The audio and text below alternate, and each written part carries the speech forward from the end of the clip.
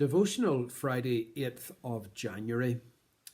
Every so often my laptop computer tells me that the cooling fan isn't working.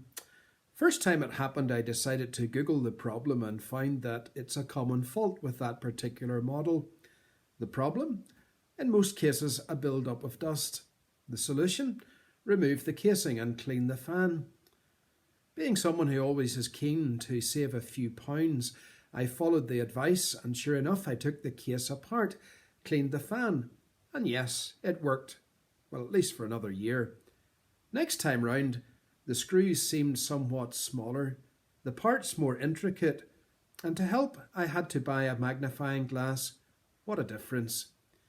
You see, when I train the magnifying glass on a small component, it shows up crisp and clear in the centre or the focal point, while around the edges it grows progressively distorted. In an exact parallel, Jesus has become the focal point of my faith, and increasingly I am learning to keep the magnifying glass of my faith focused on Jesus. In my spiritual journey, I have long lingered in the margins, pondering unanswerable questions about the problem of pain, the conundrums of prayer, providence versus free will, and other such matters.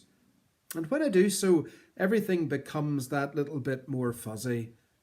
However, looking at Jesus restores clarity. I admit that many Christian doctrines can be tough to grasp.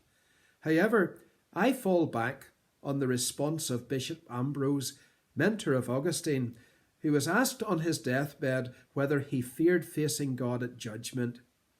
He said, "We have a good master.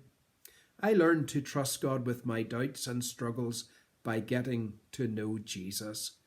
If that sounds evasive, I suggest it accurately reflects the centrality of Jesus in the New Testament. We start with him as the focal point and let our eyes wander with care into the margins.